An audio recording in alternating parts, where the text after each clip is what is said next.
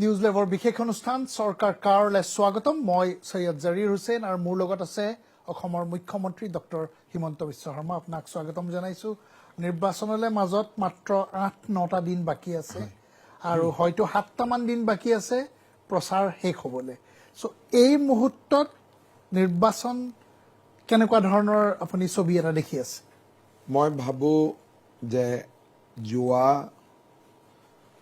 ক'ব গ'লে ফেব্ৰুৱাৰী মাহৰ শেষৰ সপ্তাহৰ পৰাই বিজেপিৰ সপক্ষে এটা মোমেন্টাম নিৰ্মাণ হৈছিলে আজিৰ দিনটোত যদি ইলেকশ্যন হয় ভাৰতীয় জনতা পাৰ্টি BPF আৰু AGP আমি তিনিওটা দলে লগ লাগি 90খনতকৈ বেছি আসন পাম কেইটামান মাৰ্জিনেল সিটস আছে সেইকেইটাও যদি আমাৰ ফালে কনভাৰ্ট হয় হয়তো ভাৰতীয় জনতা পাৰ্টিয়ে এই নিৰ্বাচনত 100খন আসনৰ ওচৰে পাজৰেও যাব পাৰে আজিৰ দিনটো এটা কথা আমি যেতিয়া চাওঁ যে এইটো তৃতীয়বাৰৰ কাৰণে এখন চৰকাৰ যেতিয়া আহে তেতিয়া প্ৰেছাৰ বহুত থাকে কিন্তু আপুনি কোৱা নিচিনাকৈ যদি 90ৰ পৰা 100লৈকে যদি চোৱা হয় তেতিয়াহ'লেতো এইটো এন্টি ইনকামবেঞ্চি নহয় এইটো প্ৰ ইনকামবেঞ্চি হৈ গ'ল অসমত ঠিক তেনেকে ভোট নহয় চৰকাৰৰ কাম কাজ এটা পৰ্যায়ত কিন্তু অসমৰ মেইন ষ্ট্ৰীমৰ মানুহে সাধাৰণতে কংগ্ৰেছক ভোট দি বেয়া পায় ঐতিহাসিকভাৱে মেইন ষ্ট্ৰীমৰ মানুহে কংগ্ৰেছ দলক ভোট নিদিয়ে আগতে ইয়াক আমি সিটত ফিল নকৰো কাৰণ ই ডিলিমিটেশ্যন হোৱা নাছিলে ডিলিমিটেশ্যন যেতিয়া হ'ল স্বাভাৱিকভাৱে অসমীয়া বা যাক আমি ভাৰতীয় ইনক্লাইন টু বিজেপি এই ভোট দিয়া মানুহখিনিৰ সংখ্যাই প্ৰায় 104টা সিট ডিটাৰমাইন কৰিব পৰা হ'ল আগতে আমাৰ হাতত সেই ফৰ্চটো নাছিলে আগতে একেখিনি ভোটতে মই আপোনাক আসন কৈছো পাৰ্চেন্টেজ কোৱা নাই বুজি পাইছো আগতে একেখিনি পাৰ্চেন্টেজতে হয়তো আশীখনমান ইমান ডাঙৰ ইলেকশ্যনত ইমান ৱেভত আমি হাৰ্ডলি 75 পালোহেঁতেন এই যে 20টা সিট এই 20টা সিট ডিলিমিটেশ্যনৰ কাৰণে এটা অসমীয়া বা খিলঞ্জীয়া মানুহৰ শক্তি বাঢ়িছে যিসকলে আমি কম আসন পাম বুলি ভাবিছে বা হয়তো কোনোবাই এনালাইসিস কৰিছে যে তেওঁলোক ইমানত ৰৈ যাব তেওঁলোকে যিটো ডিলিমিটেশ্যনে ৰাজনীতিৰ যিটো পৰিৱৰ্তন কৰিলে তাক তেওঁলোকে একাউণ্টত লোৱা নাই তেওঁলোকে চৰকাৰখনক ফোকাস কৰি আছে অসমীয়া মানুহৰ মাজত এটা নিজৰ অস্তিত্ব বা আইডেন্টিটিক লৈ অসমীয়া মানুহৰ মাজত এটা ডাঙৰ প্ৰশ্ন আছে কিছুমানে খোলাকৈ কয় কিছুমানে নকয় কিন্তু ভোট দিয়াৰ আগতে অসমীয়া মানুহে এটা সিদ্ধান্ত লয় আৰু অসমীয়া মানুহৰ লগতে একেলগে বঙালী মাৰোৱাৰী গোৰ্খা বড়ো মিচিং ৰাভা এই গোটেই মানুহে এটা সিদ্ধান্ত লয় যাতে আমাৰ ভোটটোৱে অসমৰ অস্তিত্বটো হেৰুৱাই নেপেলায় সেই ফিলিংছটো আহি গৈছে সেই আহি নহয় এইটো বহু বছৰৰ পৰা এইটো ফিলিংছ আছে এইটো আজি নহয় কিন্তু এই ফিলিংছটোৱে জিকাব পৰা সিটৰ সংখ্যা কম আছিলে এই ফিলিংছটো আমাৰ গাত ইম্বাইভ হৈ আছে অসমীয়া মানুহে অসম আন্দোলনৰ পিছৰ পৰাই কংগ্ৰেছক ইউজুৱেলি ভোট দিব নোখোজে দুই এজন ব্যতিক্ৰমক মানে ডিলিমিটেশ্যন নোহোৱাৰ কাৰণে তেওঁলোকক সহায় কৰি আছিলে ডিলিমিটেশ্যন নোহোৱাৰ কাৰণে ধৰক দিছপুৰতে 4 লাখ ভোট আছিলে কিন্তু তাত আমাৰ 2টা সিট হ'ব লাগিছিল কংগ্ৰেছে ডিলিমিটেশনটো তেওঁলোকৰ পক্ষে কৰিছিল সেইকাৰণে হয়তো আজিৰ দৰে ডিলিমিটেশন থাকিলে 2006 কংগ্ৰেছ নাহিলে 2011 হয়তো কংগ্ৰেছ নাহিলে 2001 কথাটো বেলেগ আছিলে হয় গুপ্ত হত্যাৰ কাৰণে অসমীয়া মানুহে এজিপিক বেয়া পাইছিলে আদাৰৱাইজ 2006 বা 11 তৰুণ গগৈ চৰকাৰখন আজি ডিলিমিটেশনত উভতি নাহিলে আপুনি যেতিয়া আশীৰ্বাদ যাত্ৰাটো আৰম্ভ কৰিলে 27 তাৰিখৰ পৰা হয়তো আপুনিও ভবা নাছিলে যে এনেধৰণে মানুহ ৰাস্তাত ওলাই আহিব বুলি হয়তো আপুনি তাৰ ইম্পেক্টটো বা সেই যোনটো আপুনি পালে তাৰ কাৰণে আজি আপোনাৰ আত্মবিশ্বাসটো হেতুৰ কাৰণে বেছি বাঢ়িছে নেকি মই তেনেকে নাভাবো মই যোৱা এবছৰৰ পৰা মই মানুহৰ লগত আছো উদ্যমিতা অভিযানত মই প্ৰায় 40 লাখ মহিলাক লগ পাইছো আৰু বিভিন্ন চৰকাৰী আঁচনিৰ সময়ত মই যোৱা বছৰটোত প্ৰায় 1 কোটি মানুহৰ লগত মোৰ চকুৰ দৃষ্টি বিনিময় হৈছে গতিকে ইলেকশ্যন লৈ মই বহুত বেছি আগৰ পৰাও চিন্তিত নাছিলো আৰু আশীৰ্বাদ যাত্ৰাটো হল এটা মেনিফেষ্টেশ্যন গতিকে মোৰ যিটো ভাব উদ্যমিতা অভিযানৰ মিটিঙৰ সময়ত এপইণ্টমেণ্ট লেটাৰ ডিষ্ট্ৰিবিউশ্যন কৰা মিটিঙত অৰুণোদয় মিটিঙত সেই পালছটো মই পায়ে আছিলো আশীৰ্বাদ যাত্ৰাত আন সকলেও দেখা পালে যেনেকে ধৰক আপুনি আশীৰ্বাদ যাত্ৰাৰ কথা আলোচনা কৰিছে কিন্তু এই মৰমটো মই উদ্যমিতাৰ সময়ৰ পৰাই পাই আছিলো প্ৰত্যেকখন এপইণ্টমেণ্ট লেটাৰ ডিষ্ট্ৰিবিউশ্যন মিটিঙতে পাই আছিলো হয়তো তেতিয়া আপোনালোকে তাক নটিচ কৰা নাছিলে স্কেলটো বাঢ়ি যোৱাৰ কাৰণে হয়তো নটিচ হৈছে আপোনাৰ এতিয়া যেহেতু এটা যাত্ৰা হিচাপত মই ওলালো আপোনালোকে নটিচ কৰিব সুবিধা পালে বাট that was there from very beginning আৰু মই ভাবো যে আমাৰ চৰকাৰখনে 5 বছৰত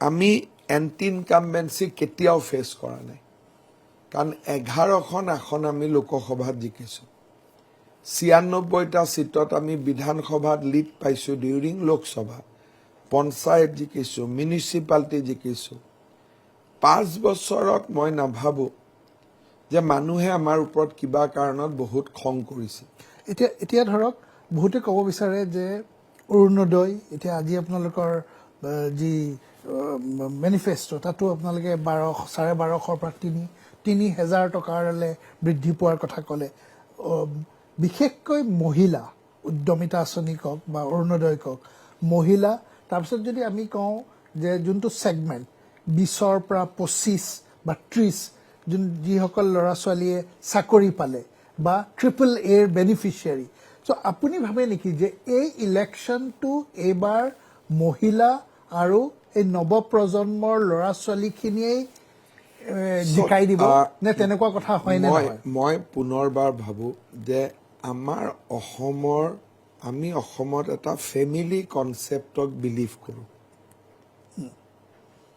আৰু ইউজুৱেলি অসমত ঘৰখনে সিদ্ধান্ত লয় আপুনি গুৱাহাটী বা অকনমান যিবিলাক মই ক'ব খোজো যে ওয়েস্টাৰ্ণ এডুকেটেড বা বহুত বেছি অলপমান ইণ্ডিপেণ্ডেণ্ট ভিউ নহলে উই বিলিভ ইন ফেমিলি ষ্ট্ৰাকচাৰ মোৰ ঘৰত মোৰ ল'ৰা ছোৱালীয়ে কাক ভোট দিব এইটো not a secret it is not a secret we harmonize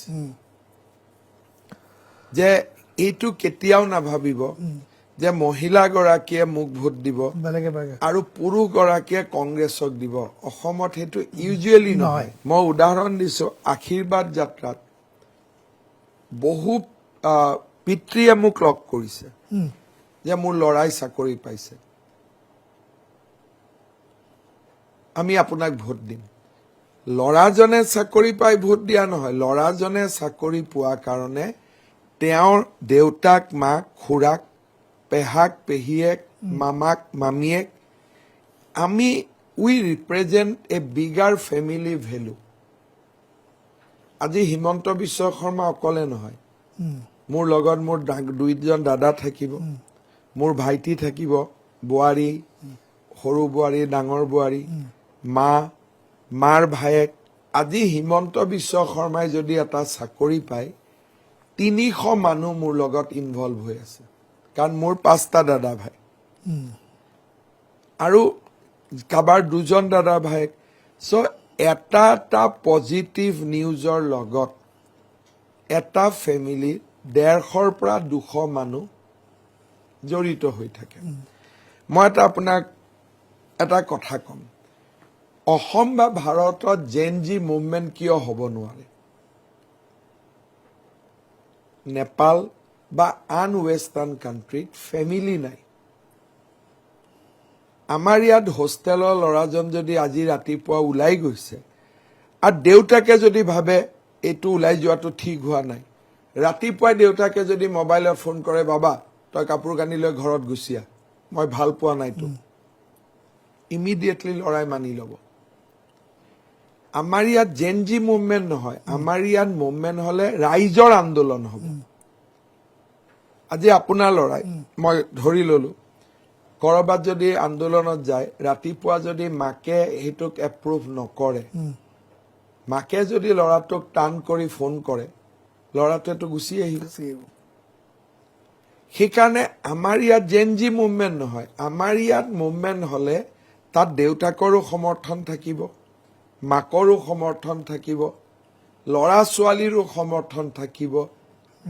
মোৰ ল'ৰা মোতকৈ পৃথক নহয়, হ'ব পাৰে তাৰ এটা ইণ্ডিপেণ্ডেণ্ট ভিউজ আছে, কিন্তু his independent view will always subsume with the overall family views.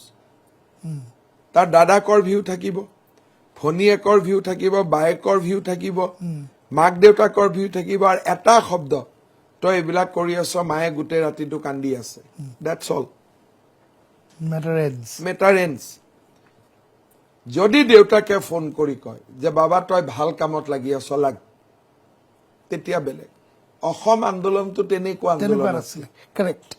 ল'ৰা ছোৱালী আন্দোলনটোৰ সন্মুখত ছাত্ৰ সন্থা আছিল, সন্মুখত ষ্টুডেণ্ট আছিলে, কিন্তু আশীৰ্বাদ দেউতাক মাকৰ আছিল। মোক নিজে দেউতাই আন্দোলন কৰিব ৰাতিপুৱা ভাত পানী খুৱাই পঠাই দিছিল।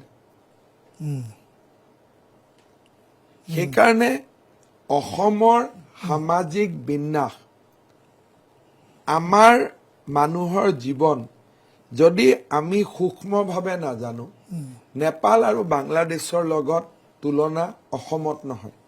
সেইকাৰণে পলিটিক্স মই বহুত ওচৰৰ পৰা দেখিছো, ভাল আৰু বেয়া দুইটাই মই বুজি পাওঁ। আৰু মই এইটো আপোনাক কৈছো যে ডিলিমিটেশ্যন নহলে ইমান মানুহ ওলোৱাৰ পিছতো মই আজিও টেনশ্যনতে থাকিলো।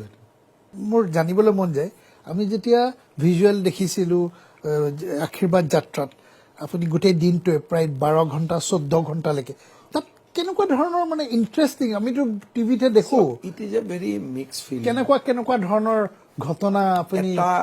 প্ৰথম কথা, 30 ইয়াৰ্ছ ৰাজনীতি কৰাৰ পিছত যিটো মৰম মই আজিৰ দিনলৈকে পাই আছো, ই গড গিফটেড। অৰ্থাৎ ভগৱানৰ আশীৰ্বাদ থাকিব লাগিব, নহলে নহয়। যদি আপুনি মোৰ ৰাজনীতিৰ জীৱন পৰিক্ৰমাটো চাই, যিহেতু আপুনি মোক ফৰ্মেটিভ পিৰিয়ডৰ পৰা দেখি আছে, ষ্ট্ৰাগল আছিলে, বহুত বেছি ষ্ট্ৰাগল আছিলে, কিন্তু মই গ্ৰাফটোৰ পৰা নামা নাই। টেম্পৰাৰী ছেটবেক হৈছে, কিন্তু মানুহে মোক আজি যদি 10 জনে মৰম কৰিছে, অহাবাৰ 12 জনে। অৰ্থাৎ যেনেকে মই আগবাঢ়ি গৈছো, মোৰ ছাপৰ্ট বেছটো বা মোৰ ইক'চিষ্টেমটো বা মোক ভাল পোৱা মানুহ, সি কমা নাই, সি বাঢ়ি বাঢ়ি গৈ আছে। আগতে মানুহ সমৰ্থন কৰিছিল, মৰম কৰিছিল, কিন্তু এই যে মামা নাম এটা আহিলে, ই কিবা কাৰণত এটা যাদুৰ পৰশ এটা পৰি গ'ল। বহুত মানুহে মোক নিজৰে মামা বুলি ভাবে, অঁ আৰু ল'ৰা ছোৱালী আহি কান্দে মোৰ ওচৰত, মামা মামা। অঁ তাত কোনো কৃত্ৰিমতা নাথাকে। ই মোৰ মনত ভয়ো লাগে, ইমান বিশ্বাস বা ইমান বিশ্বাসটো মই ৰাখিব পাৰিম নে নোৱাৰিম। ই চেলেঞ্জো আনে। আপুনি অদ্ভুত পাব, গিৰিয়েকৰ আগতে ঘৈণীয়েকে মোক আই লাভ ইউ বুলি চিঞৰিছে, বয়ফ্ৰেণ্ডৰ আগত গাৰ্লফ্ৰেণ্ডে আই লাভ ইউ বুলি চিঞৰিছে। ভদ্ৰ চৰকাৰী চাকৰি থকা শিক্ষক শিক্ষয়িত্ৰী দুইজনে লাভ ইউ বুলি চিঞৰিছে, কিন্তু সেইটো লাভ ইউ এইটো লাভ ইউ নহয়। বুজি পাইছো, সেইটো আত্মীয়তা আৰু মৰম। একেবাৰে বুঢ়ী মানুহ এগৰাকী যোনে হয়তো আই লাভ ইউৰ মিনিংটোও নাজানে, অসমীয়া মিডিয়ামত পঢ়া হ'ব নপঢ়া হ'ব, পঢ়া হ'ব, আইতাও কৈছে আই লাভ ইউ। তাৰমানে ই নৰ্মেল লাভ ইউৰ পৰা ওপৰলৈকে ঘৰখনৰ একেবাৰে নিজৰ মানুহ এজন বুলি গণ্য কৰে। এইবাৰ গণ্য কৰিলে। হয়তো যদি টাইটেলটো মামা নাথাকিলেহেঁতেন এইটো নহ'ল। নহ'লেহেঁতেন চাগে। অঁ মাইনৰিটি এৰিয়াৰ কিছুমান মানুহে মামা মামা বুলি মোক জোকাইছিলে ফেচবুকত 2022 মানত। তেতিয়া আমি তাক 2021 এনেকুৱা খুব সম্ভৱ CA আন্দোলনৰ সময়, কাৰণ ইলেকশ্যনৰ আগত কভিডৰ সময়ত মই ইমান কাম নাই, কৰোঁতেও নাই, মোক কোনেও নাই, মামা নাই, কোৱা নাই, নাই। নাই, নাই। এইটো ইলেকশ্যনৰ আগে পিছে 20 চনৰ শিখৰ ফালে তেনেকুৱা সময়ত তাক কনভাৰ্ট হৈ গ'ল। মাজুলী ল'ৰাখিনিয়ে হওক আৰু সত্ৰৰ ল'ৰা ছোৱালী আহিলে মামা মামা হওঁতে হৈ গ'ল। মামা নামটোৰ কাৰণে এই যে এটা গেপ থাকে, জেণ্ডাৰৰ গেপ, এজৰ গেপ, সেইটো নাইকিয়া হৈ গ'ল। এই বস্তুটো নোহোৱা হৈ গ'ল। যেতিয়া বয়ফ্ৰেণ্ডৰ আগত গাৰ্লফ্ৰেণ্ডে মামা বুলি লাভ ইউ বুলি কৈছে, বয়ফ্ৰেণ্ডজনে কৈছে মামাকহে কৈছে লাভ ইউ। ঠিক ঠিক। He is not considering me as a another male. Yes. ঘৈণীয়েকে মোক কৈছে আই লাভ ইউ, তেতিয়া গিৰিয়েকে ভাবিছে যে নিজৰ মামাককহে কৈছে। এই নামটোৱেও এটা আত্মীয়তা ডেফিনেটলি বৃদ্ধি কৰিছে। কামটো থাকিব, অৰুণোদয় আগতেও দিছিল, আগেও দিছো। অল দিছ থিং এটা ইমোশ্যনেল লেভেলত ই কাম কৰিছে। বহুত ল'ৰা ছোৱালী আশীৰ্বাদ যাত্ৰা বা আদাৰৱাইজ মোৰ হাতখন মই ধৰি সেইটোকে সুধিব বিচাৰিছো। মোৰ হাতখন ধৰি হুক হুকাই কান্দি থাকে। মই জানিব চেষ্টা কৰো যে কান্দিছে কিয়। ভয় লাগে যে কিবা ইছ্যু আছে, নে কিবা চাকৰিতে গণ্ডগোল হৈছে, ট্ৰেন্সফাৰ পষ্টিং হৈছে, নে দেউতাক কষ্টত আছে। কান্দাৰ পিছত কোনো ৰিজন নাই, মামা আপোনাক লগ পাই কান্দা ওলাই গ'ল। লাষ্ট বিশেষকৈ মই আপোনাকে কৈছো, যেতিয়াৰ পৰা মামা নামটো আহিছে তেতিয়াৰ পৰা মই বহুত বেছি এনেকুৱা অভিজ্ঞতা পাইছো। বহুত মাকে ল'ৰাটোক সন্মুখত ৰাখি কয় যে, কৈ থাকে এই তোৰ কথাটো এতিয়া মই মামাক কৈ দিম দেই। ডেফিনেটলি স্কুলত যোৱা নাই, কিবা কৰা নাই, আৰু নাটক কৰি নহয়, কৃত্ৰিমভাৱে নহয়, সহজভাৱে কয়। সেইকাৰণে মই ভাবো যে ই মোৰ ওপৰত এটা বহুত ডাঙৰ ৰেছপন্সিবিলিটি, দায়িত্ব। কিছুমান কাম মানুহে আগত ভবা নাছিল যে এনেকেই টকা নোহোৱাকৈ চাকৰি হ'ব পাৰেনে। কাৰোবাৰ ঘৰত ল'ৰা ছোৱালী চোকা আছিলে, 3টাই পাই গৈছে চাকৰি। এই কথাবোৰ ভবা নাছিল। আৰু আজি এনেকুৱা বহুত ষ্টৰী অসমৰ গাঁৱে ভূঞে সিঁচৰিত হৈ আছে। কাৰোবাৰ হয়তো হাৰ্টৰ বেমাৰ আছিল, মোৰ হাতেদি অপাৰেশ্যন হ'ল, ল'ৰা এতিয়া ডাঙৰ হ'ল। মোক বহুতে কয়, মামা মোক আপুনি চিকিৎসা কৰাই আনিছে। মোৰতো মনত নাই, কিন্তু ডেফিনেটলি কোনোবা এটা স্কিমৰ পৰা তেওঁ উপকৃত হৈছে। কোনোবাই কৈছে, মামা মই আপোনাক দেউতাৰ কথাটো কৈছিলোঁ, কাগজখনত লিখি দিছিলোঁ, 7 দিন পিছতে কামটো হৈ গ'ল। হয়তো কোনোবা মিটিঙত দিছিলে, মোৰ মনত নাই।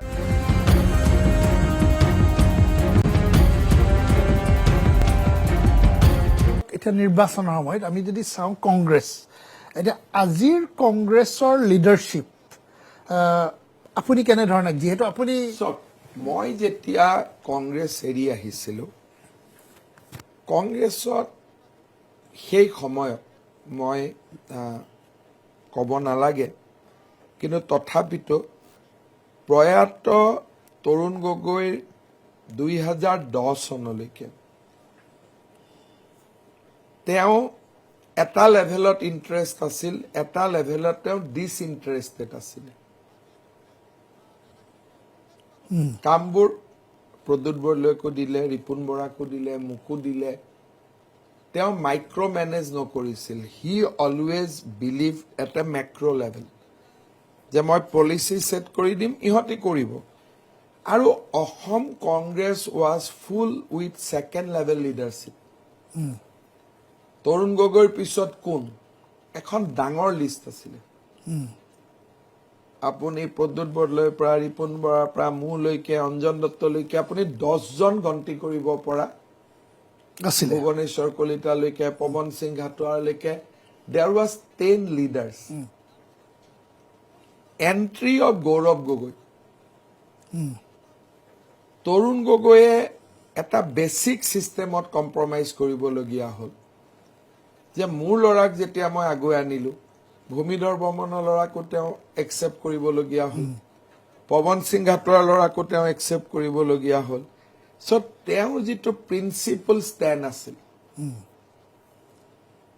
আজি যদি মই নন্দিলক পলিটিক্সত লৈ আহোঁ, তেতিয়াহ'লে মোৰ লগৰ মন্ত্ৰী MLA চবেই এখন লিষ্ট দিব।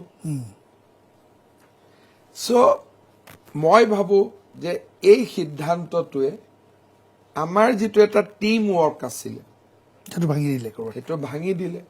কিছুমানে সহ্য কৰিলে, কিন্তু তেতিয়াই মই কৈছিলোঁ যে আমি কোনো ইয়াত থাকিব নোৱাৰো। আজি আপোনালোকে দেখিছে যে আমাৰ সেই সময়ৰ টিমটোৰ ৰকিবুল হুছেইনক বাদ দি গোটেইবিলাক ওলাই আহিলে। আজি কোনো নাই। মই বাৰু কিবা এটা কাৰণত ওলাই আহিলো, মুখ্যমন্ত্ৰী হ'ব নোৱাৰি ওলাই আহিলো, বাকীবোৰ কিয় ওলাই আহিলে? এতিয়ালৈকে ওলাই আছে, এই কালি পৰহিলৈকে মানে গোটেই টিমটো ভাঙি গ'ল। সেইকাৰণে মই ভাবো যে বিজেপিয়ে এটা কাৰণে ছাকচেছ হৈ আছে, যে বিজেপিৰ সুপ্ৰিম লিডাৰজনে কম্প্ৰমাইজ নকৰে উইথ দ্য পাৰ্টি আইডিঅলজি। বংশবাদৰ ৰাজনীতি বুলি যাক কয়, কৰবাত এটা দুটা কৰবাত কিবা পলিটিক্সত মেনেজ কৰিব লাগে থাকে, বেলেগ কথা, but they have a limit. Only MLA টিকটটোহে পাব, তাতকৈ আৰু ওপৰত উঠিব নোৱাৰে।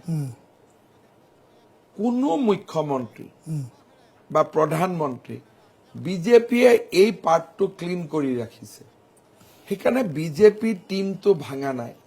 আজি মোৰ ল'ৰা যদি পলিটিক্সত আহে, মই ৰিটায়াৰ কৰাৰ পিছত যেতিয়া মই লিডাৰ নহয়, মই টপ লিডাৰ নহয়,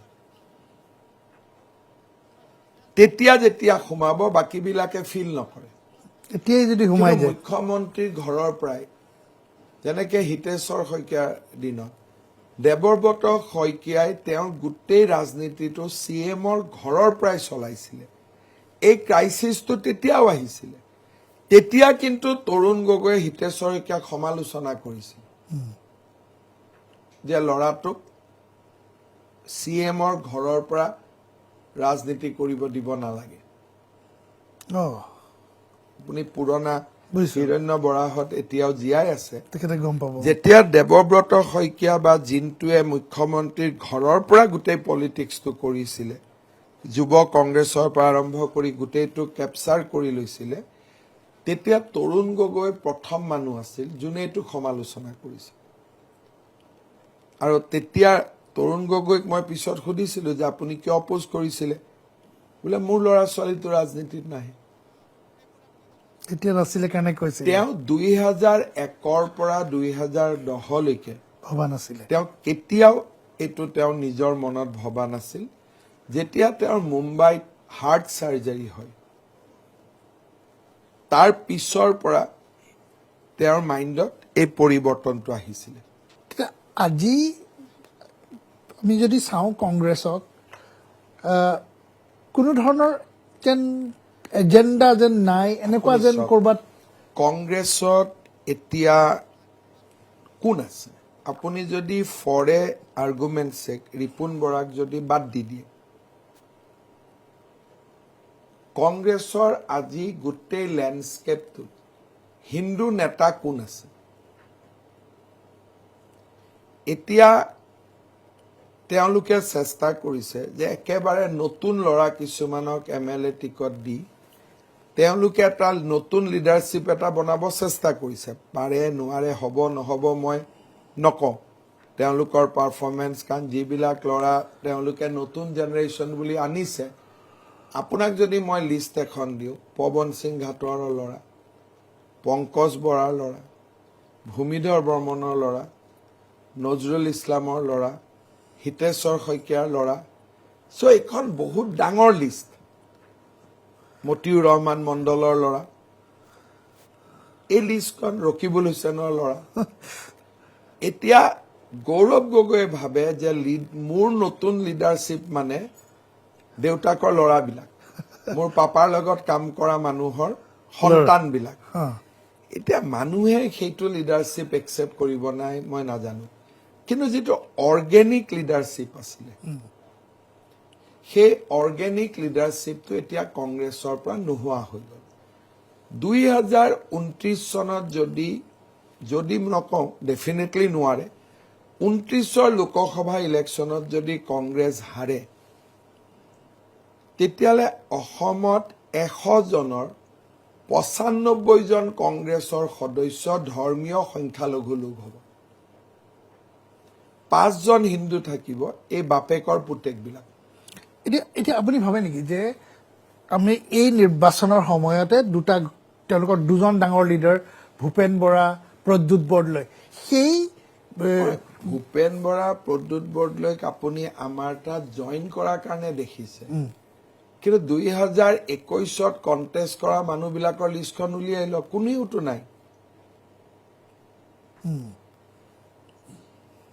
ৰাণা গোস্বামীহঁতৰ পৰা আৰম্ভ কৰি আজি প্ৰদ্যুৎ বৰদলৈ ৰিপুন বৰাৰ জইনিংটো নতুন হোৱাৰ কাৰণে আমি আলোচনা কৰোঁ ভূপেন বৰা কিন্তু আপুনি যদি 2021 আৰু 2011ৰ পৰা চাওক তৰুণ গগৈৰ খুৱে বাৱে মুখ বাদ দিয়ক বাৰু বাকীটো থাকা কোনো নাই অঞ্জন দত্তৰ মৃত্যু হ'ল অঞ্জন দত্তৰ ছোৱালী লগত নাই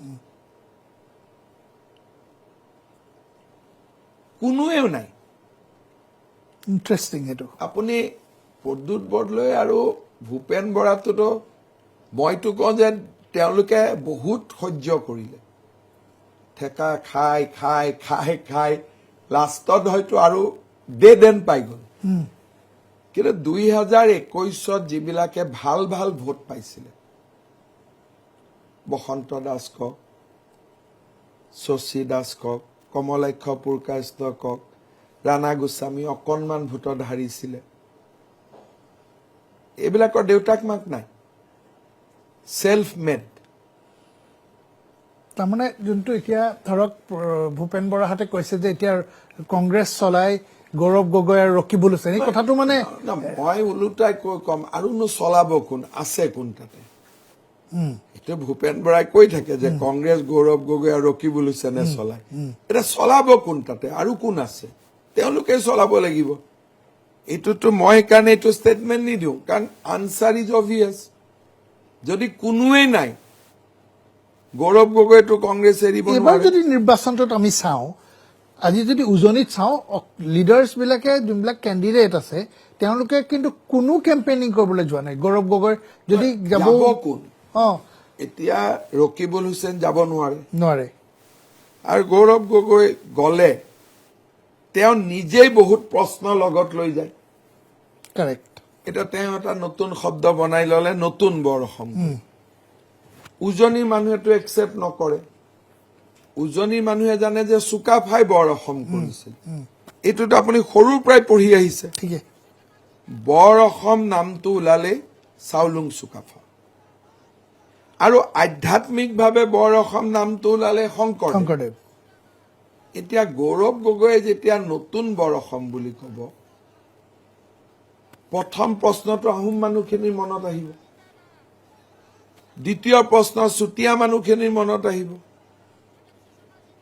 তৃতীয় প্ৰশ্ন মৰাণ মটকৰ মনত আহিব এই নতুন এলিমেণ্টটো মানে কি তেওঁ যদি ক'লেহেঁতেন যে চুকাফাই বনোৱা বৰ অসমখন বিজেপিয়ে নষ্ট কৰিলে তাক মই নতুনকৈ নিৰ্মাণ কৰিম বৰ অসমখন চুকাফাৰ নিৰ্মাণ নতুনকৈ হ'ব ভাঙি গ'ল বিজেপিয়ে কমিউনেল পলিটিক্স কৰিলে ৰাজনীতি কৰিলে বৰ অসমখন আমি ভাঙি দিলো এতিয়া সেই চাউলুং চুকাফাৰ বৰ অসমখন মই নিৰ্মাণ কৰিম কিন্তু আপুনি চাওক ইমান প্ৰেছাৰৰ পিছতো আমি বাৰে বাৰে কৈ থকাৰ পিছতো তেওঁ আজিলৈকে এটা ক্লাৰিফিকেশ্যন দিয়া নাই যে বৰ অসমখন কিন্তু চুকাফা আৰু শংকৰদেৱ বিজেপিয়ে তাক বেয়া কৰিলে আমি তাক নতুনকৈ নিৰ্মাণ কৰিম আজিলৈকে এটা ক্লাৰিফিকেশ্যন দিয়া নাই কেলে নাই দিয়া কাৰণ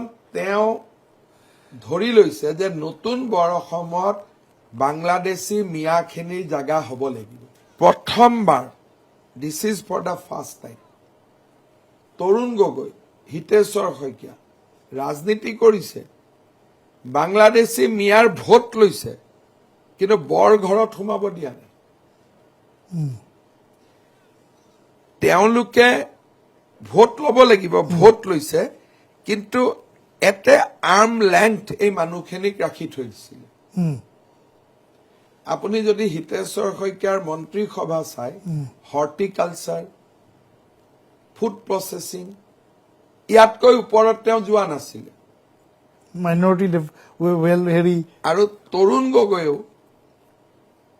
প্ৰথমবাৰ ৰকিবুল হুছেইনক হোম দিলে যদিও পিছত আৰু তেওঁ কেতিয়াও নিদিলে কাৰণ বহুত দিনলৈ তেওঁৰ ধাৰণা আছিল যে ৰকিবুল হুছেইন অসমীয়া মুছলমান বুলি তেওঁলোকে you must give credit to them যে তেওঁলোকে বহুত কৰিও কৰবাত এটা গাঁঠি এটা লগাই থৈ দিছিলে NRC-খন কৰিতো তৰুণ গগৈয়ে লেঠাটো মাৰি থৈ যাব পাৰিলেহেঁতেন চৰৰ মাটিৰ পট্টাটো তৰুণ গগৈ হিতেশ্বৰ শইকীয়াই দি থৈ যাব পাৰিলে নিদিলে তেওঁলোকে নিদিয়ে চৰৰ মাটিৰ পট্টা দিব খুজিলে এইটো 5 বছৰৰ কাম যদি হিতেশ্বৰ শইকীয়াৰ দিনত আৰম্ভ হলহেঁতেন তৰুণ গগৈৰ দিনত শেষ হৈ গলহেঁতেন তেওঁলোকৰ লগত মই কাম কৰিছো তেওঁলোকে গাঁঠিটো কবাত লগাই ৰাখে আজি যে ইমান ফৰেষ্টৰ মানুহ মাটি আমি এভিকশ্যন কৰিছো তেওঁলোকেতো ৰেগুলাৰাইজ কৰি দিব পাৰিলে অস্থিৰ কৰি থৈ আছিলে যে পিছত কোনোবা CM এজন আহি সিহঁতক খেদিব হয়তো ভগৱানে সেইজন মানুহক মুখ পাতিলে কিন্তু তৰুণ গগৈ হিতেশ্বৰ শইকীয়াই মাইনৰিটি মানুহখিনিক পৰা ভোট লৈছিলে তেওঁলোকক এটা লেভেলত কমফৰ্ট দিছিলে কিন্তু তেওঁলোকক জাতিটোৰ মূল খুঁটিত মিলিব দিয়া নাছিল এতিয়া আপোনাক ক্ৰিটিচাইজ কৰে বা আপোনাক সমালোচনা কৰে কংগ্ৰেছে যে আপুনি কমিউনেল পলিটিক্স কৰিছে মোক ক্ৰিটিচাইজ কৰিব নালাগে এইটো কাৰণে নালাগে যে মোৰ পাৰ্টিৰ পলিচিটো কি মই কোন হয় মইতো হিমন্ত বিশ্ব শৰ্মা মোৰ পাৰ্টিৰ পলিচিটো কি সিকিউৰিং Assamese identity, protecting Indian civilization. এইটো মোৰ পাৰ্টিৰ এটা আইডিয়লজি যে অসমীয়া মানুহক সুৰক্ষিত কৰা, ভাৰতীয় সভ্যতাক উইদাউট ডাইলুশ্যন আমি শক্তিশালী কৰা, এইটো মোৰ পাৰ্টিৰ কমিটমেণ্ট। আৰু মোৰ পাৰ্টিৰ কোনো মুখ্যমন্ত্ৰীয়ে ইয়াৰ বাহিৰত যাব নোৱাৰে। সৰ্বানন্দ সোণোৱালো যোৱা নাছিল, ময়ো যাব নোৱাৰো। কিন্তু কোভিড আৰু CA আন্দোলনৰ কাৰণে হয়তো সোণোৱালৰ দিনত আমি বহুত বেছি কৰিব নোৱাৰিলো। কৰিব পৰা নাছিলো।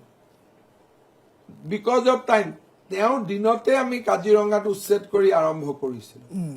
বাট we could not take Take it it further. Forward because COVID আহি গ'ল। কাৰণ মানুহৰ জীৱন আটাইতকৈ প্ৰয়োজনীয়। CA আন্দোলন আহি গ'ল। হিমন্ত বিশ্ব শৰ্মা যদি অসমৰ মুখ্যমন্ত্ৰী নহয়, কালি যদি অসমৰ মুখ্যমন্ত্ৰী প্ৰশান্ত ফুকনো হয়, কম বেছি পৰিমাণে এইটোৱে কাম কৰিব লাগিব। আৰু এইটো আমি কৈ পেলাই কৰো। আমাক কোনেও এইকাৰণে আক্ৰমণ কৰিব নালাগে। আজি আমাৰ মেনিফেষ্টত আমি লিখি দিছো যে শেষ ইঞ্চি মাটিলৈকেও আমি বাংলাদেশীৰ হাতত, অবৈধ বাংলাদেশী মিয়াৰ হাতত আমি ভূমি থাকিব নিদিওঁ। আমি কিবা কথা লুকাইছো নেকি?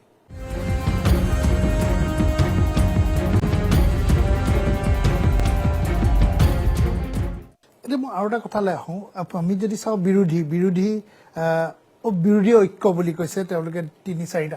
এতিয়া লাষ্ট মোমেণ্টলৈকে সেইটোকে মানে অখিল গগৈ, লুৰিণজ্যোতি গগৈ আৰু গৌৰৱ গগৈ ৰাজনৈতিকভাৱে ইমেচিয়ৰ কাৰণে তেওঁলোকে এলায়েন্সটো বহুত শেষত কৰিলে। আৰু joint meeting, joint manifesto, common minimum program একো কমন নাই। মিনিমাম প্ৰগ্ৰেম, যোৱাবাৰ যেতিয়া ৰিপুণ বৰা সভাপতি আছিল, ই এটা এলায়েন্স হৈছিলে। হাগ্ৰামা আছিলে, আজমল আছিলে, কংগ্ৰেছ আছিলে, ইটো পাৰ্টিয়ে সিটো পাৰ্টিৰ লগত শ্বেয়াৰ কৰিছিল, একেলগে ঘূৰিছিল, মিটিং কৰিছিল। এণ্ড পিপুল কুড ফিল যে এটা এলায়েন্স হৈছে। এইবাৰ এলায়েন্সটো মানুহে ফিল কৰা নাই।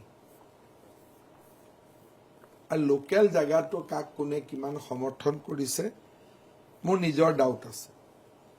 আৰু এইবাৰ আমি দেখিছো যে গৌৰৱ গগৈৰ পাকিস্তানী কানেকশ্যনক লৈ পেলাই এইটো ইলেকশ্যন ইছ্যু নহয়, কিন্তু this is a serious issue. মোৰ কোনো এখন ইলেকশ্যন মিটিঙতে মই এই কথাটো কোৱা নাই।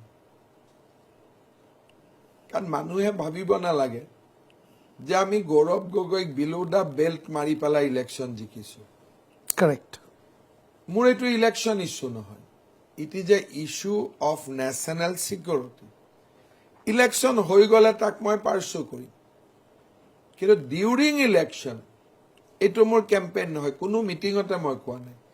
খালি মই আজি এটা কথা কৈছো, তেওঁ যিখন এফিডেভিট দিছে তাতে তেওঁৰ পত্নীৰ পাকিস্তানী একাউণ্ট দেখুওৱা নাই, আৰু ব্ৰিটেইনত তেওঁলোকৰ প্ৰপাৰ্টি আছে সেইখিনি দেখুওৱা নাই, আৰু অখিল গগৈৰ ভাষাত তেওঁলোকৰ আমেৰিকাতো প্ৰপাৰ্টি আছে। তাৰো কোনো ৰিফ্লেকশ্যন নাই। ৰিফ্লেকশ্যন নাই। যিহেতু মোৰ কথা কৈ থাকে, মই এটা উল্লেখ কৰিছো, মোৰ কথাটো দিনে ৰাতিয়ে কয়। গতিকে আজি এজন সাংবাদিকে প্ৰশ্ন সোধোতে মই এটা পাছিং ৰেফাৰেন্সত এইটো কথা কৈছো, কিন্তু মই পাকিস্তানী যিটো লিংক, এইটো ইলেকশ্যন ইছ্যু নহয়, ইট ইজ এ মোৰ চিৰিয়াছ ইছ্যু, নেশ্যনেল ছিকিউৰিটিৰ ইছ্যু। আৰু অলৰেডি হোম মিনিষ্ট্ৰীয়ে ইয়াক খুব ক্লজলি এক্সামিন কৰি আছে। আৰু এটা ডাঙৰ ইছ্যু আহিছে জুবিন গাৰ্গ হত্যা বা জুবিন গাৰ্গ ন্যায়ৰ যোনটো দাবী তাৰ ইছ্যু। এতিয়া আমি যদি চাওঁ কংগ্ৰেছৰ মেনিফেষ্টত সেইটো ৰিফ্লেক্ট হৈছে।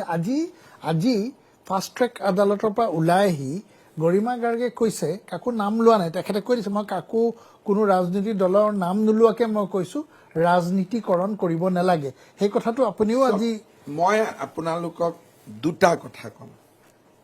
জুবিনৰ মৃত্যুৰ পিছত তেওঁৰ দুটা লাইন পপুলাৰ হৈছিলে, মই ভাল পাওঁ বেয়া পাওঁ বাদ দিয়ক।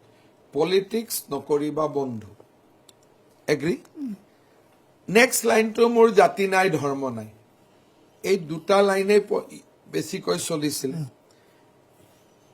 জুবিন গাৰ্গৰ হত্যাৰ ঘটনাটোক লৈ তাৰ তদন্তৰ প্ৰক্ৰিয়াক লৈ গৌৰৱ গগৈ আজিলৈকে মোক এখনো চিঠি লিখা নাই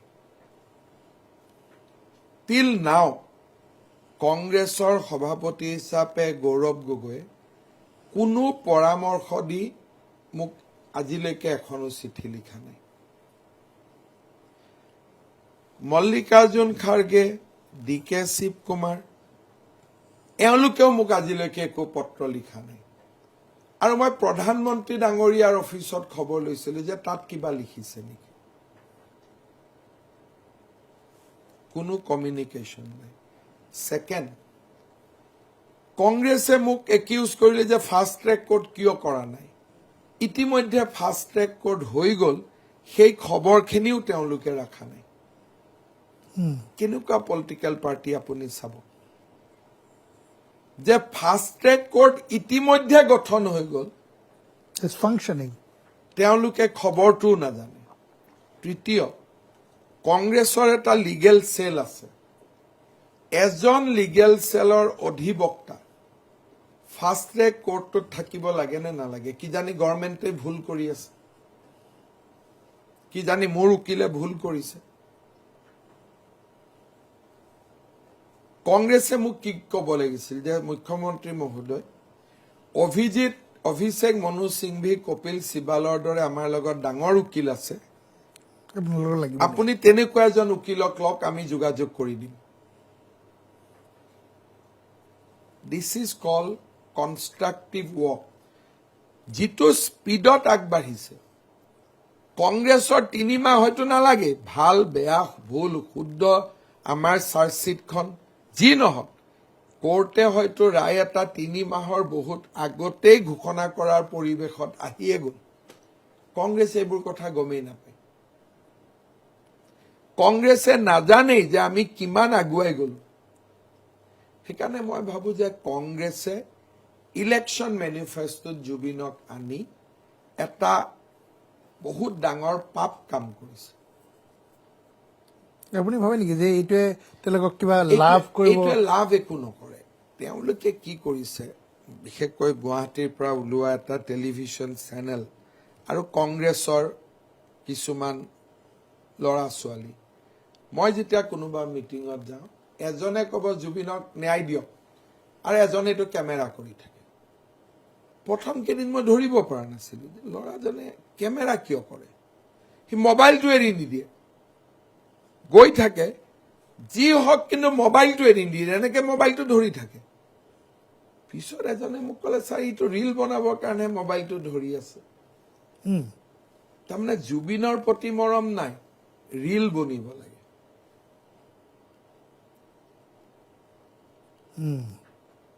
যোৱা পৰহিও দুজন ল'ৰা মোক কাৰ্বি আলঙত নে কোন জেগাত দুজন ল'ৰা আহি আছে হঠাতে চিঞৰি চিঞৰি জুবিনৰ ন্যায় দিয়ক এনেকে কৰিলে মই কিবা এটা কলো বন্ধ কৰিলে বহি থাকিলে নো ৰিয়াকশ্যন নাথিং না এজিটেটেড না কিবা মইতো বহুত দূৰলৈকে চাই থাকো গাড়ীখন মোৰতো আহি থাকে মই ল'ৰা দুজনক বহুত দূৰলৈকে চাই থাকো তো no there reaction reactionless reaction is up to reel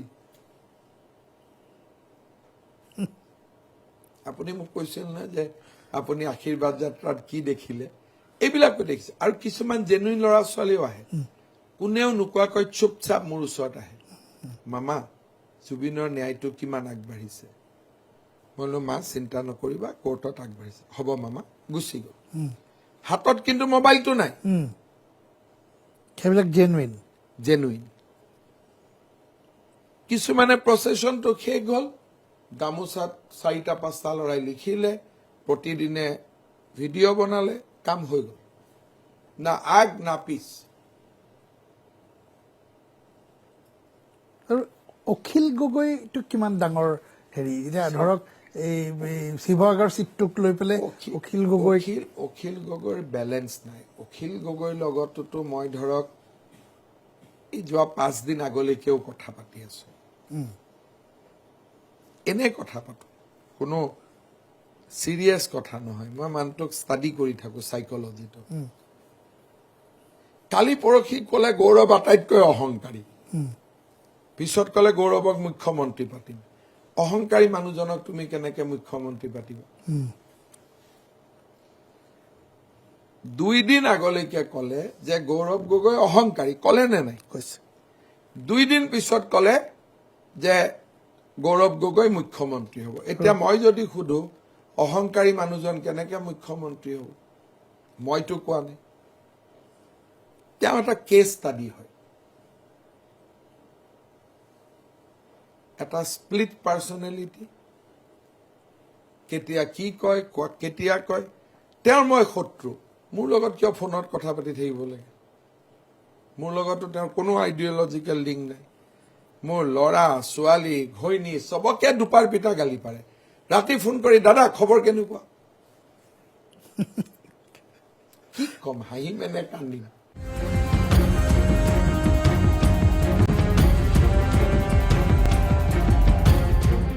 Jorhat কেনেকুৱা হ'ব বুলি ভাবে সব যোৰহাটৰো মই ইলেকশ্যন লৈ মই বহুত বেছি ডিপলি ইনভলভ হোৱা নাই এইকাৰণে হিতেন গোস্বামী ডাঙৰীয়া এজন মেচিয়ৰ মানুহ তেওঁ নিজৰ ধৰণে ইলেকশ্যনটো চলায় আমি অলপ এগ্ৰেছিভ মানুহ কেম্পেইনত তেওঁ এগ্ৰেছনটোক বহুত বেছি পছন্দ নকৰে তেওঁৰ এটা নিজৰ শৈলী আছে আৰু তেনেকেই 91ৰ পৰা জিকি আছে অলপ ৰাণা গোস্বামী কেইদিনমান থাকিলে বাকী তেওঁ জিকি আছে গতিকে তেওঁক ছাপোৰ্ট দিবৰ কাৰণে এদিন মই যোৰহাটত যাম কিন্তু যোৰহাটৰ ইলেকশ্যনৰ যিটো পৰিচালনা এইটো হিতেন গোস্বামী নিজে কৰিছে আমাৰ পাৰ্টিৰ মানুহখিনি আছে খালি এটা এইটো ইলেকশ্যনৰ লাভো নাই গৌৰৱ গগৈ জিকিলে বা ইলেকশ্যন হ'ব আকৌ এটা ইলেকশ্যনটো খেলিব লাগিবই জিকিলে আপোনাৰ তেওঁ যদি ভাবে যে মই এছেম্বলিত থাকিম গোটেই লোকসভাটোতে ইলেকশ্যন হ'ব 10টা সমষ্টি তানে 10টা সমষ্টিৰ মানুহে মডেল কোড অফ কণ্ডাক্ট হুলস্থুল পলিটিক্স চলিয়ে থাকিব ইলেকশ্যন চেজ হ'ব তেওঁলোকৰ তাত ইলেকশ্যন আৰম্ভ হ'ব মাজুলীৰ মানুহে ক'ব কাম হোৱা নাই model code of conduct Teok Nazira Sonari Mariani এজন মানুহে 10টা সমষ্টি ডিষ্টেবিলাইজ কৰিব আৰু যদি কয় যে নহয় মই এমপিটো এৰি দিম নহয় মই যোৰহাটটো এৰি দিম আকৌ যোৰহাটত গৈ আমি ইলেকশ্যন খেলিব লাগিব গতিকে এইটো কি ডিচিশ্যন মই নাজানো মই যদি তেওঁৰ জেগাত থাকিলোহেঁতেন মোৰ দলটোৱে যদি মেজৰিটি পালেহেঁতেন মই মুখ্যমন্ত্ৰী হ'লোহেঁতেন মুখ্যমন্ত্ৰী হৈ বা ইলেকশ্যন খেলিলোহেঁতেন তৰুণ গগৈটো তেনেকুৱাই কৰিছিলে আপুনি যদি তৰুণ গগৈ চাই তৰুণ গগৈ মুখ্যমন্ত্ৰী হৈহে ইলেকশ্যন খেলিছিলে তিতাবৰত তেতিয়া মানুহৰ আপত্তি নাথাকে এতিয়া গৌৰৱ গগৈ লিডাৰ অফ অপজিশ্যনো হ'ব নোৱাৰে এইবাৰ চিট কম পাব সেইটো স্কোপ নাই এইবাৰ মই আগতে কৈছোঁ যে ডিলিমিটেশ্যনৰ পিছত সেই স্কোপটো নাই কংগ্ৰেছে কিমানমান পাব বুলি ভাবে 15ৰ পৰা 18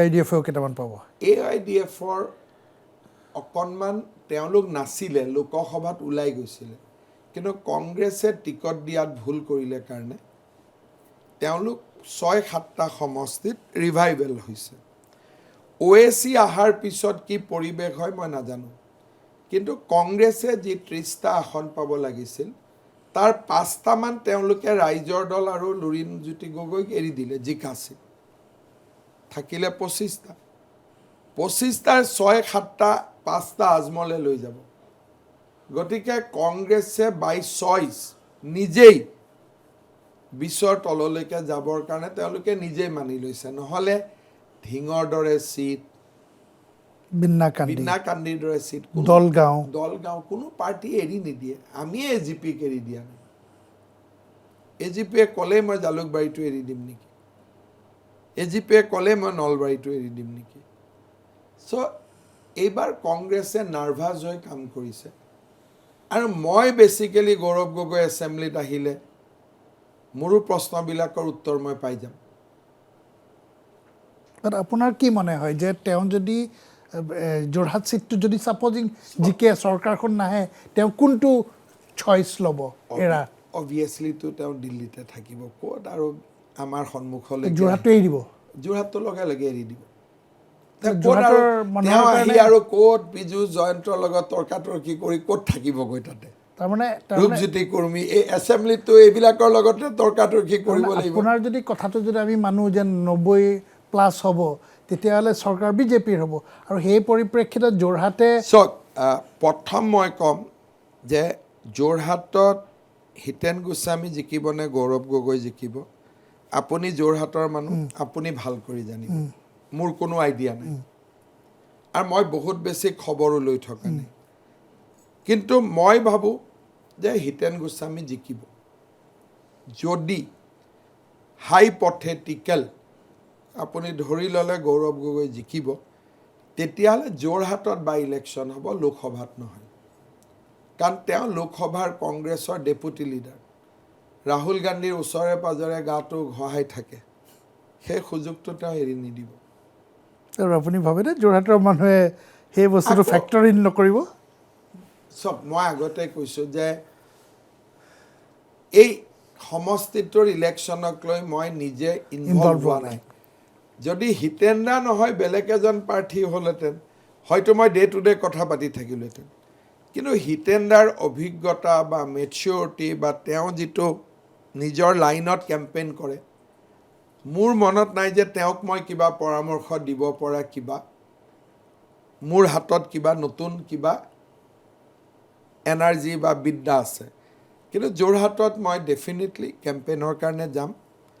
ৰাইজক মই অনুৰোধ কৰিম যে ৰাইজ হিতেন গোস্বামীক ভোট দিয়ক, বহুতখিনি ভাল কাম হৈছে এইবাৰ, আগলৈ আৰু হ'ব।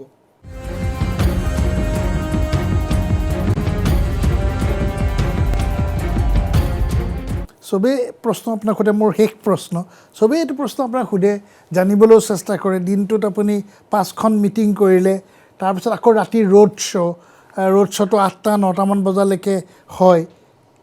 এইটো মানে মই আগতে সুধিছোঁ, মানে আমিও দেখি থাকি পেলাই চাইণ্টিফিক ৰিজনটো দিম নে ইম'চনেল? নাই, দুইটা দিয়ক। প্ৰথম কথা যে পলিটিচিয়ানৰ আটাইতকৈ ডাঙৰ ভিটামিন হ'ল মানুহৰ মৰম। স্বতঃস্ফূৰ্ত মানুহৰ মৰম পায় তেতিয়া ভাগৰবিলাক নোহোৱা হৈ যায়। দ্বিতীয় হ'ল ideological reason. It is very very important. Right হওক ৰং হওক, মই মনে প্ৰাণে বিশ্বাস কৰোঁ যে অসমক বিজেপি লাগিবই, নহ'লে অসমখনক বাংলাদেশী মুছলিমে লৈ ল'ব।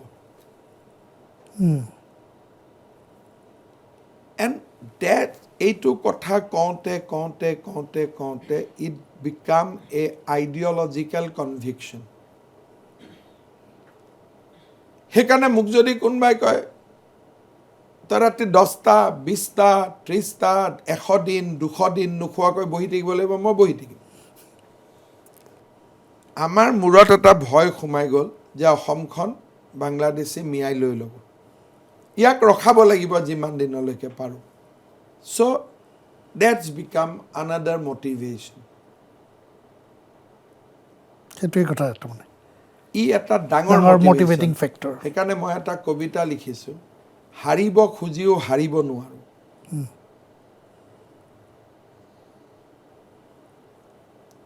আৰু মই এইটো হৃদয়ৰ পৰা লিখা।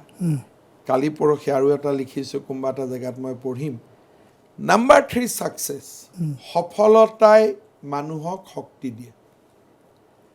Last 5 years we have many achievement. যেতিয়া গুৱাহাটীৰ পৰা নগাঁৱলৈকে যাওঁ, হেলিকপ্টাৰত ওপৰৰ পৰা যেতিয়া ছেমি কণ্ডাক্টৰটো দেখোঁ, মনটো আনন্দত নাচি উঠে। ক'ৰবাত বিমানত যাওঁ, গুৱাহাটী এয়াৰপৰ্টখন আহি যায় সন্মুখত, মনটো আনন্দত নাচি উঠে। হেলিকপ্টাৰ দি যাওঁ, ডিব্ৰুগড় তলৰ ওপৰৰ পৰা লাচিতৰ প্ৰতিমূৰ্তিটো দেখা পাওঁ। গুৱাহাটীত আহিলোঁ, দলংখন দেখা পালোঁ, ফ্লাইঅভাৰ দেখা পালোঁ। মোবাইলটো খুলিলোঁ, মামা অৰুণোদয় সোমাই গ'ল। এই যিটো সফলতাৰ যিটো নিচা, সফলতাৰ প্ৰেৰণা, প্ৰাপ্তি প্ৰাপ্তিৰ আনন্দ। কাৰণ লাষ্ট 5 ইয়াৰ্ছত টানেল হ'ব, এলিভেটেড কৰিডৰ হ'ব, এইবিলাক মইতো ভাবা নাছিলোঁ কেতিয়াও। এই প্ৰাপ্তিৰ আনন্দ ইও এটা নিচা। সেইকাৰণে যিয়ে নহওক, ক'ৰবাত কাটিলে, মৰিলে, তেজ ওলালে, ঘাঁ লাগিলে, ৰাতি হ'ল, শুব পৰা নাই, ডাজন্ট মেটাৰ। ই ভিটামিনৰ দৰে কুট কুট কুট কুট কৰি আহি থাকে। বাট যদি আপুনি বায়'লজিকেল ৰিজনটো সোধে, খোৱা কম হ'লে আপুনি খাব নালাগে। অঁ আপুনি কম খায় নেকি? যেতিয়াই ইলেকশ্যনৰ সময় হয়, তেতিয়া মই লাঞ্চ ডিনাৰ প্ৰায় নকৰোঁ। যিমান পাৰে লাইট ফুডত থাকিব লাগে। আপেল এটা, ক'ৰবাত জুচ এগিলাচ, যিমান লাইট ফুড খাব, তেতিয়া আপুনি কাম বেছি কৰি থাকিব পাৰিব। সেইটো হ'ল চাইণ্টিফিক। যে বাকীখিনিতো স্পিৰিচুৱেল বা প্ৰেক্টিকেল বা কিকটো মই ক'লোঁ, কিন্তু এইবিলাকৰ পিছতোতো এইটো শৰীৰ হয়। ঠিকে এইবিলাক চব শুনিলোঁ, মানে চব গান গালি তই। Ultimately you are 57 years, you are a human being. So' ট্ৰিপটো হৈছে, যদি ৰাতি আপুনি শুব নোৱাৰে, খুব কষ্ট কৰে, তেতিয়াহ'লে ফুডটো আপুনি কমাই কমাই কমাই কমাই আনি থাকিব লাগিব। এইটো বৰ ইণ্টাৰেষ্টিং। খুব সম্ভৱ কালি সৰ্বানন্দ সোণোৱাল ডাঙৰীয়াই মোক এইটো কথা কৈ আছিলে যে আয়ুৰ্বেদিকে কয় বুলি। মই আৰু তেওঁক কোৱা নাই যে মই এইটো বহুত দিনৰ পৰাই প্ৰেক্টিছ কৰোঁ। চ' আপেল, অলপমান বুট, মাহ। মোক বহুত মিটিঙত পিছফালে খোৱা বনোৱা থাকে। আজিও 3খন মিটিঙতে নাৰায়ণ ডেকাই মোক হাতত ধৰি ৰাখিছে যে ভাত ৰাখি থৈছোঁ।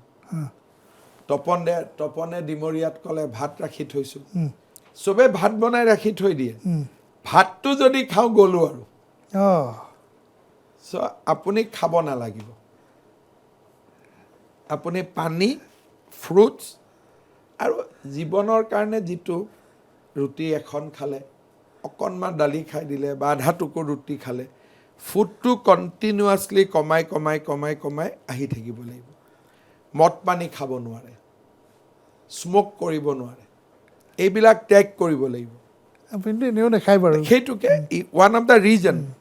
মদ খাব নোৱাৰিব, স্মকিং কৰিব নোৱাৰিব, আৰু কণ্টিনিউৱাছলি ফুডটো কমাই কমাই কমাই কমাই আহি থাকিব লাগিব। কিন্তু কেলৰিৰ কাৰণে যি লাগে আপুনি জুচ আদিৰে খায়, সেইটো মেইনটেইন কৰি বেলেঞ্চ কৰি থাকিব লাগিব। সেইকাৰণে মই ৰাতি 2টাত শুওঁ। মোক যদি কয় আজি মিটিং 4টা বজাত আছে, মোৰ একো ফিল নকৰোঁ। আৰু বহুত সময়ত আমি 4টাত উঠিয়ে বাহিৰত যাওঁ।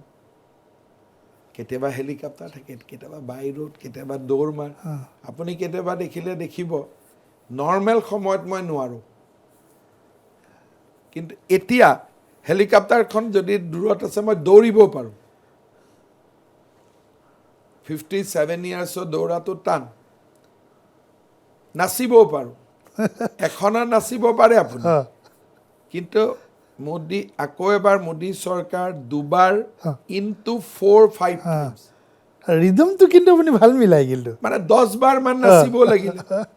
এইটো হ'ল যে বডিটো লাইট হৈ হৈ গৈ থাকে। প্ৰথমত আপুনি মোৰ চাব নহয়, কাৰণ আমিতো নাচিবও নাজানো। এইটো হ'ল এটা জাষ্ট কমিউনিকেশ্যন স্কিল এটা। সেইকাৰণে কম খাই থাকিলে, যেতিয়া আপুনি নোখোৱাই হৈ যাব পাৰে, আপুনি বেছি এনাৰ্জি পাই থাকিব। টোপনিটোৱে ডিষ্টাৰ্ব নকৰে। শেষ প্ৰশ্ন, 100টাও চুই দিব পাৰে?